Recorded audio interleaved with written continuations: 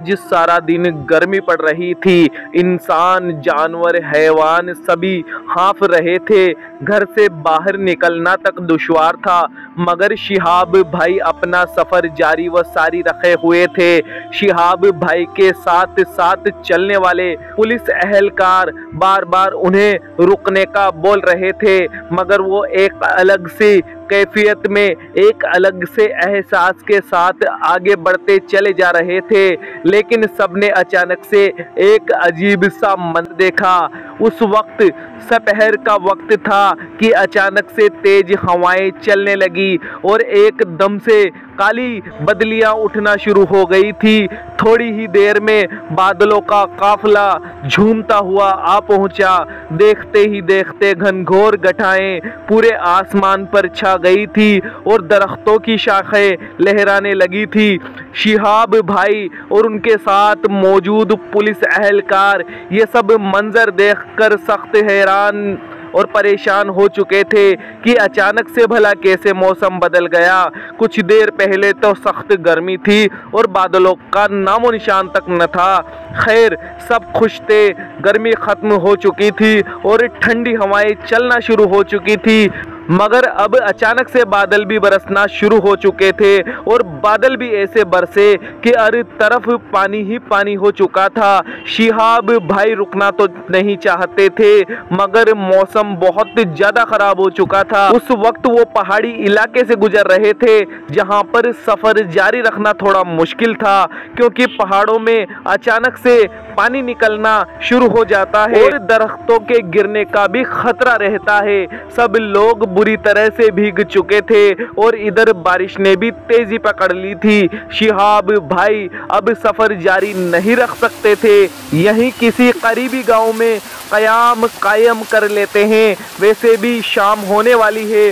Police एहलकार बोलते हुए खामोश हो गया था। उसे कुछ समझ नहीं आ रहा था कि शिहाब भाई को कैसे समझाएं। शिहाब भाई अजमेर की हद पार कर चुके थे।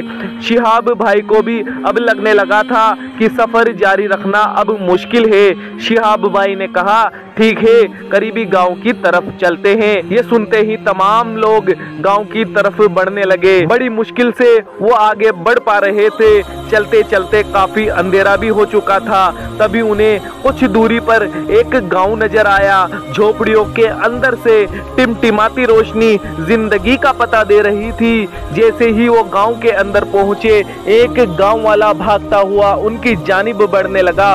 पुलिस यूनिफॉर्म को देखकर वो आया था। करीब आकर कहा, शिहाब भाई, सब खैरियत तो है, आप इधर कैसे? वो काफी हैरान और परेशान सा लग रहा था। तभी पुलिस ऑफिसर ने कहा, तुम्हें घबराने की जरूरत नहीं है, हमें बस रात गुजारने की जगह चाहिए, क्योंकि बारिश की वजह से आगे बढ़ने का जो रास्ता था वो बंद हो चुका है। शिहाब भाई, आइए आइए, मैं आपको एक अच्छी जगह ले चलता हूँ। वो अब काफी पुरसुकून लग रहा था।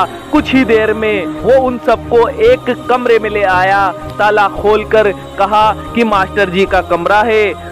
अभी वो गांव गए हुए हैं, उनके घर की चाबियां मेरे पास ही रहती है। जब भी किसी को रात गुजारने की जरूरत पड़ती है तो मास्टर जी उसे पनाह जरूर देते हैं। कमरे की खिड़कियां खोल दी, ताजी हवा अंदर आने लगी। सबको बैठाकर वो खाने पीने का इंतजाम करने चला गया। शिहाब भाई काफी परेशान थे, क्योंकि आज उनका सफर पहली बार रुका था। वो दिल ही दिल में अपने रब को याद करने लगे थे।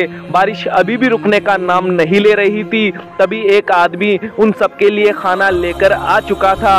खाना खाने के बाद शिहाब भाई ने इशारा किया कि नमाज अदा करने का वक्त हो चुका है। शिहाब भाई को दिल ही दिल में लग रहा था कि इस वक्त रुकने के पीछे हो न हो अल्लाह ताला की कोई न कोई हिकमत जरूर है, वरना अचानक से कैसे बारिश शुरू हो सकती है, जबकि इतनी तेज गर्मी में दूर दूर तक बारिश का, बादलों का नामो निशान तक नहीं था। काफी देर तक ख्यालों में खोए रहे। अचानक उनकी आंख लग गई। अचानक आधी रात को उन्हें लगा कि कोई उन्हें धक्का दे रहा है। उनकी आंख खुली यहाँ तक कि पुलिस वाले भी चौंक कर उठ गए। सब हैरान और परेशान दरवाजे की तरफ देख रहे थे। यकायक खामोशी छा गई। शिहाब भाई ने उठकर देखना चाहा तो पुलिस ऑफिसर ने मना कर दिया कि भाई आप आराम करिए, कोई जानवर वगैरह होगा हम देख लेंगे। अब शिहाब भाई को नींद कहाँ आती, वो अल्लाह ताला के जिक्र में मशगूल हो गए। जैसे ही फजर का वक्त हुआ उन्होंने नमाज अदा करने के लिए बाहर निकलना चाहा। दूर से किसी के चिल्लाने की आवाज आई, थानेदार साहब हमारी मदद कीजिए। कुछ गांव वाले भागते हुए इधर आ रहे थे और उनके हाथों में लालटेन और बड़े बड़े डंडे थे। थानेदार ने अपनी बंदूक उठाई और दरवाजा खोला तो वहां पर काफी लोगों की भीड़ जमा थी। वो लोग काफी घबराए हुए लग रहे थे।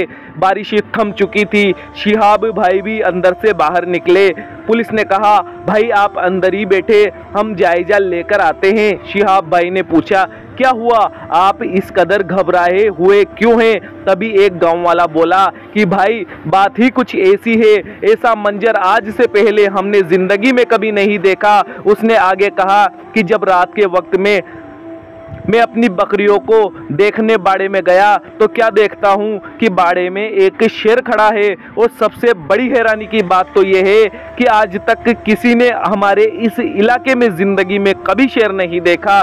भला आज ये शेर कहाँ से आ गया? ऑफिसर ने सबको चौकन्ना रहने को कहा और अपने घरों में ही रहने की हिदायत दी।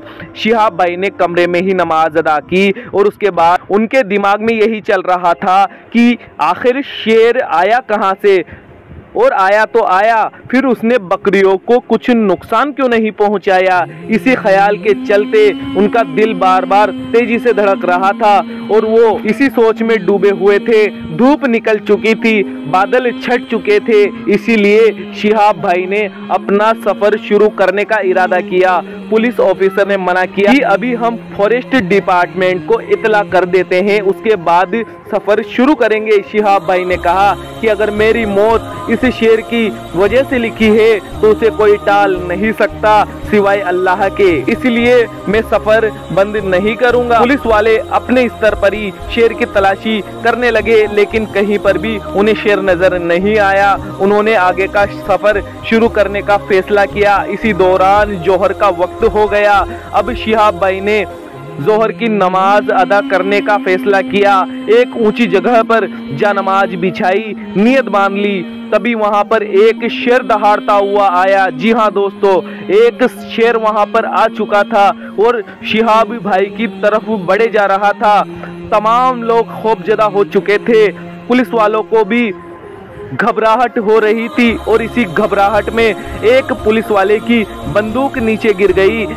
ऐसी दहशत फैली कि सब थर थर कांपने लगे। उधर शेर आहिस्ता आहिस्ता कदम बढ़ाता हुआ शिहाब भाई के बहुत करीब पहुंच गया। शिहाब भाई नमाज में इस कदर मशगूल थे कि उन्हें जरा भी अंदाजा नहीं था कि वो कितनी बड़ी मुसीबत में पड़ चुके हैं। बाकी लोग उनसे थोड़े दूर थे लेकिन अब किसी की भी हिम्मत शिहाब भाई की तरफ बढ़ने की नहीं हुई।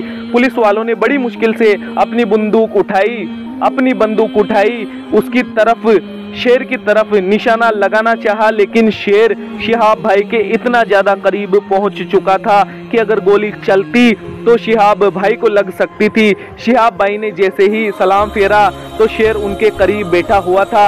अचानक पुलिस वाले ने बंदूक शेर की तरफ तान दी। शिहाब भाई ने इशारा करके उसे मना कर दिया कि गोली मत चलाना। अचानक शिहाब भाई ने अपना हाथ शेर की तरफ बढ़ाया। शेर ने अपनी गर्दन झुका ली और शिहाब भाई उसके सर पर बच्चे की तरह हाथ फेरने लगे। ये मंजर देखकर तमाम लोगों की आंखों से आंसू जारी हो गए। किसी को कुछ भी समझ नहीं आ रहा था मगर शिहाब भाई सब कुछ समझ चुके थे कि आधी रात को जो कोई भी अंदर आने की कोशिश कर रहा था वो जो भी था मुझसे ही मुलाकात का ख्वाहिशमंद था। इसलिए जब उन्होंने सुना कि यहाँ पर एक शेर घूम रहा है तो जानबूझकर उन्होंने जोहर की नमाज बाहर आकर पढ़ी कि अगर सच में कोई उनसे मिलना चाहता है तो उनके करीब जरूर आएगा। और हुआ भी बिल्कुल ऐसा ही। लोग देख रहे थे शिहाब भाई धीरे धीरे मंद आवाज में शेर से बात कर रहे थे। कुछ देर बाद वो शेर उठा और जंगल की तरफ गायब हो गया। शिहाब भाई ने लोगों से कहा कि मैं अल्लाह की मर्जी से इस गांव में लाया गया हूं ताकि मैं इस शेर से मिल सकूं।